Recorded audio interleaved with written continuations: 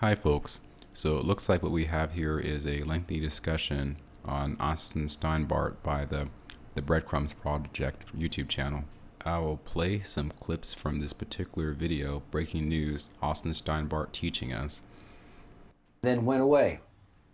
Now this is what's interesting about Austin in my recollection, because I've been to this channel and I've seen this guy. And I've watched a couple of videos going, what is he talking about? I mean, I wasn't probably about not even 2 minutes in it and went, cow. But he's such a memorable character that you remember seeing him. And so somebody was asking me last night, well, when did I first run across Austin? I was like, I don't know. I mean, I remember seeing these videos 2 years ago. And the videos that I saw were these of 8 months ago. But my memory will tell me, my fallible memory will tell me 2 years ago. But in fact, there are 2 videos from 2 years ago. But these are not the videos I saw. This I saw was QAnon because I was curious. And but that's just thing, when the student is ready, the master will present himself. Okay, so just evaluating that claim, this guy was saying that when Austin posted his videos 2 years ago, he posted videos with these titles shown here. However, when this guy saw the videos, he realized that the videos that he's seen 2 years ago were in fact ones that have dates saying they're uploaded 8 months ago. This suggests that, one, the videos were in fact uploaded a few years ago and then taken down and then re-uploaded, or two, that there's some strange quantum time shift thing going on that resulted in this apparent false memory, sort of like the Mandela effect. Okay, I'll go ahead and continue on to the next big point that's made. Wouldn't work because they possess this very tricky little self-destruct mechanism. All right, pay attention. Our entire system was built around the Treat of Tordesillas, a legal document produced by that corrupt Borgia Pope in the 1500s, which gave ownership of the Americas to the Kingdom of Spain and ownership of the rest of the world to the Kingdom of Portugal. Essentially like a line drawn down the middle of the Atlantic. All right. This is the person right here, Francis Borgia, the Borgia dynasty of the black nobility of Venetia. This is why this is so huge in understanding what is going on. And everybody asks me, well, why don't we just say it? I mean, nobody understands how deep, dark, long, and insane this is. When you look up the term Francis Borgia on Twitter, you find out that many sports teams appear to be named after him, schools named after him. Here's a very fascinating YouTube advert from Pope's Prayers USA on Francis Borgia. And in my Jesuit community today, we're celebrating a feast in honor of one of our own, St. Francis Borgia. That last name has become synonymous with political intrigue and corruption, both in civil government and in the church. But Francis is an example to us that no matter what our family is like, God's grace can touch us and accomplish what is seemingly impossible, making us saints. Francis Borgia lived in the 16th century and served in the court of his cousin, the Emperor Charles V. He was married and had 8 children. When his cousin's wife, the Empress Isabella, died unexpectedly in 1539, he escorted her body to Granada for burial. At one point, the coffin was opened as a formality prior to her burial, and Francis, standing nearby, saw the face of the young and beautiful queen disfigured almost beyond recognition. He was so shaken that he declared, "Never again will I serve a master who can die on me." This conversion led him to lead a more simple and prayerful life. In time, After the death of his wife and after arranging marriages for his children, he resigned his noble title and joined the Society of Jesus. Here's something he wrote in a letter to his fellow Jesuits when he was their general superior. If the earth is dried up, it is scarcely surprising if first the flower and then the fruit dry up as well. In the same way, when our souls are dry in prayer and spiritual exercises, it follows that the flower and fruit of the Spirit dry up straight away. For the soul, which spends too little time in the meditation and imitation of Christ crucified, will conceive only a tepid desire to suffer and will easily fall victim to impatience. So there you have it, a little summary of Francis Borgia, a very grave, serious figure who would carry a skull and who achieved the rank of Superior General, the highest rank in the Jesuit order. Continuing. Insane.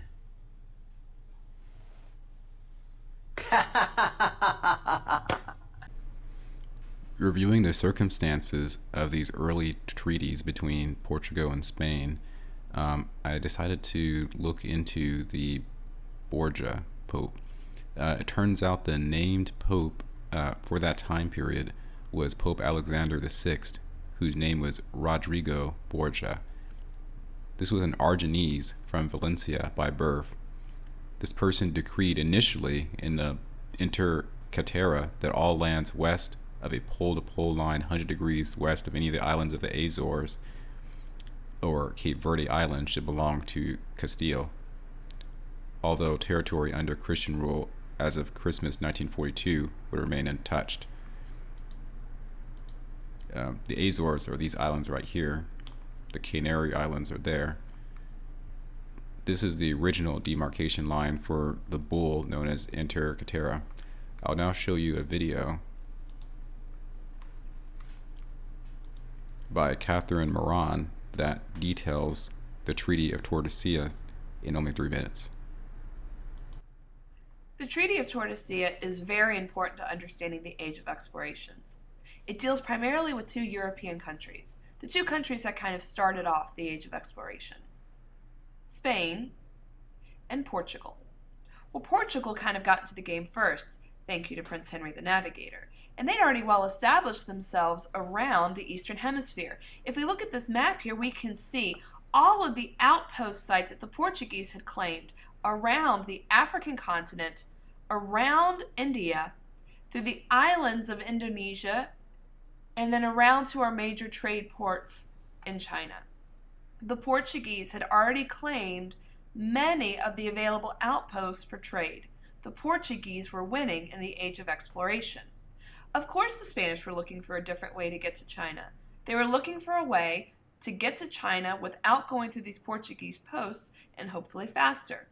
And that's why King Ferdinand and Queen Isabella hired a guy by the name of Christopher Columbus to try a whole new way to get there. He was going to sail west. What they didn't realize is that what he would discover would change the game. Because instead of finding the Eastern Hemisphere, and instead of finding East Asia, he found a whole new set of continents, full with raw materials, gold and silver, and lots of things to gain wealth under this concept of mercantilism and capitalism. This brand new continent was what everybody wanted to claim. But who should get it? Well, back then, there wasn't a Supreme Court for international disputes. If 2 countries had a problem with each other, they typically went to the church for help. Remember, this is the late 1400s. There is no such thing as the Reformation yet. The Pope is still the Pope, and the Catholic Church still has a lot of power over its Catholic kings and queens. So they send it to the Pope to decide. Now, you also have to remember, this is right at the age of the Reconquista for Spain. King Ferdinand and Queen Isabella have just successfully removed all non-Christians from the Iberian Peninsula. The Spanish will think that they are due the present of the New World in exchange for their holy wars and their holy efforts. And the Pope will agree. So the original papal decision will draw a line through the Atlantic Ocean, claiming that everything west will go to Spanish control, and anything to the east is left to Portuguese control, since the Portuguese pretty much have already claimed everything on that side anyway. Well, the Portuguese don't like this because it completely cuts them out of the opportunity.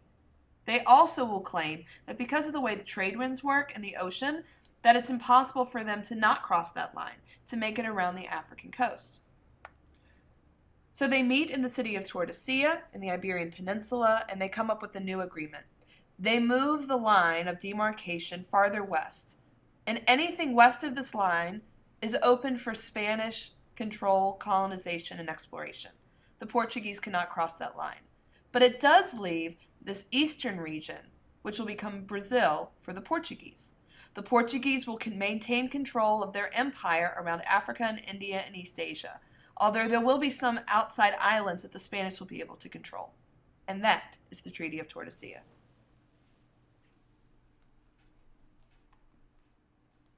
So continuing on. We're good for it.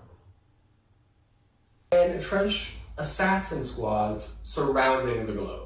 So the DIA needed a seated president and a bloodline descendant of, say, House Aragon, maybe, to defeat and destroy the royal death racket. And that is the current king and the son of that is in Spain right now. The prior king has been dethroned, and he is actually in exile in a Middle Eastern country. He is Spanish, has been Spanish all his life, and and pretty much lived in Madrid.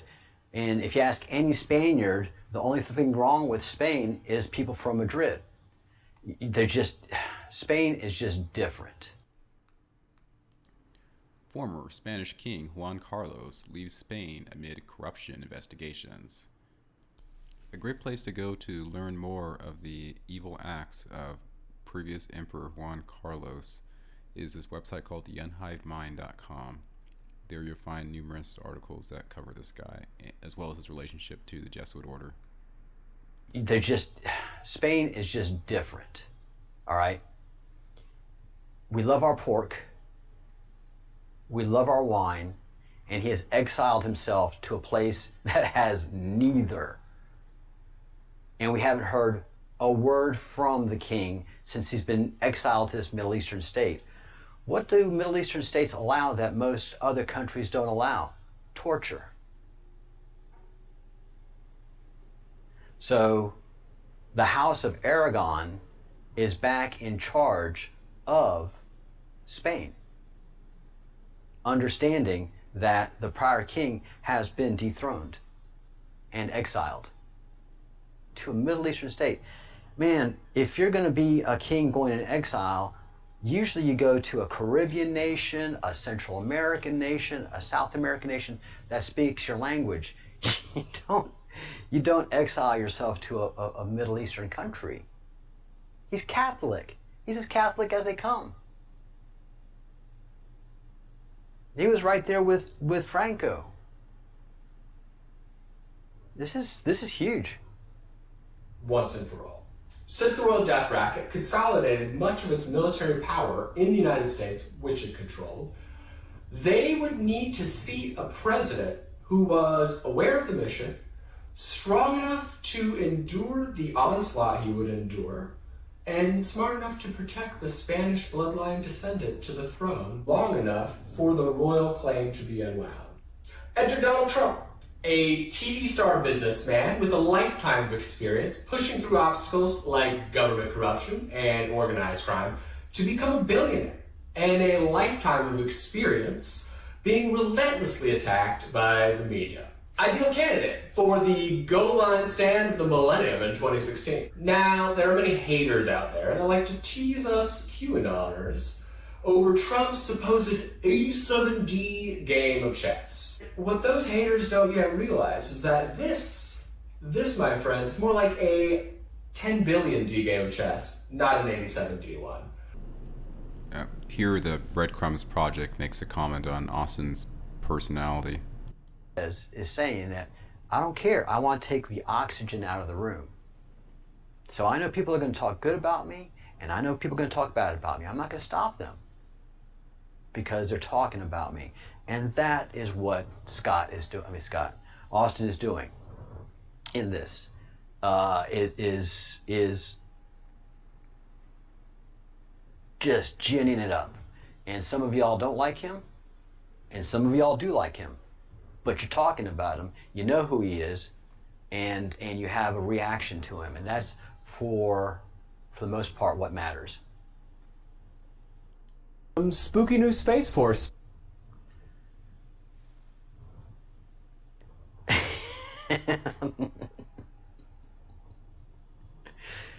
Okay, look at him. Look at the hair. Look at the face. Look at the perfectly groomed face. I mean, that's a face you just want to slap. That is a face that you want to just slap. He's buttoned up to here. He is super nerdy. This is stage presence. This is a character. But he is not a contrived character like Jeffrey Epstein. And actual investors, actual billionaires that met Jeffrey Epstein, and who is it'll hit me in a second. I'm looking at him right. Weinstein, Eric Weinstein, who is a billionaire hedge fund manager. He's not a billionaire, but he manages a multi-billion dollar hedge fund, and he's got to talk business to investors. He met Jeffrey, and he's like, this guy is a creation. Epstein doesn't know anything about investment. He doesn't act like a millionaire. The technical term for this is time dilation. Time dilation, or the difference between the rate at which objects at sea level are experiencing time and objects at other various high altitudes are experiencing time, is a real-world factor that has been accounted for by rocket scientists and satellite engineers since the 50s. Yes, and this is so true. Back when we first started doing rocket scientry, we would send a watch up to space, and it would come back, and it'd have, of course, several other watches that it was synchronized with, and these watches would always be a different time. Always, consistently. GPS navigation would not work properly without accounting for time dilation. So how is that relevant to UFOs? Well, I'll tell you how. It's because those UFOs are not in fact UFOs at all. They are time machines. And they aren't made by aliens. They're made by humans in the future, the very near future. That's why the military has been ordered to ignore them since the 50s, because they didn't want to cause an adverse butterfly effect. Now, I won't get into exactly what a butterfly effect is right now, because it's kind of a complicated thing to explain. We know. But luckily, there's a movie called The Butterfly Effect, starring Ashton Kutcher, that can give you kind of an idea of what I mean. The way you could tell they're time machines, without just taking my word for it, is with physics equations. If we look at the empirical data provided by the Navy about the UFO's aerial maneuvers, we could use physics equations to easily deduce that they would not be possible without a time machine. Wow. So today, I decided to... In the not too distant future, guys,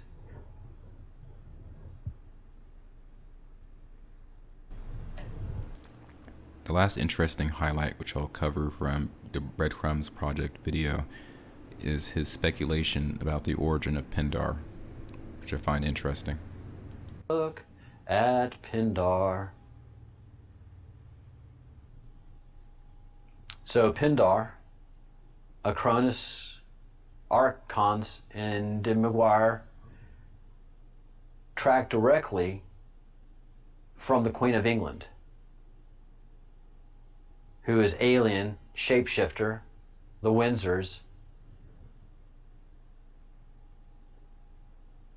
and supposedly she sits at the top of Pindar. Hey Mary, good afternoon from Spain.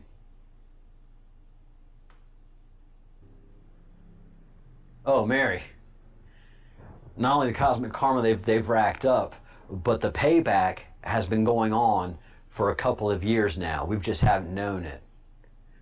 We did a deep study into what happened in Saudi Arabia when Prince Alawid was taken into custody. All of those very rich Satanistic Saudi. All right, so the current state of Pindar is Soros, Roth, Saud. The House of Saud has been taken out. Soros is isolated and panicking, and the Roths are beyond depressed because they don't have access to their banks and wealth anymore. So the Rockefellers, the Morgans, just all of those Illuminati families make up the Committee of 300 or the Council of 13, depending on where they are, in sense of what is happening at the current time, because those three corners of the triangle change when money and power change. But the cannibals are so adept at infiltration and subjugation that they were even able to do that to the House of Saud. Conservatives' money. Democrats keep making conservatives' money. And I just bring up Fox News right now because they're the only ones that will break stuff that we are looking for. But do I have any faith in Fox News anymore? No, not at all. They are owned by Disney, and they're making the Disney moves. But between now and 1 p.m. Eastern, I suspect something big is going to fall. It always does on Fridays. So that is just a sampling from the Breadcrumbs project's latest live stream. It appears he's recently developed an interest in Austin Steinbart. He has several other videos where he discusses this guy. I mainly decided to cover this guy's content just to see if he mentions any fascinating breadcrumbs. Goodbye, y'all.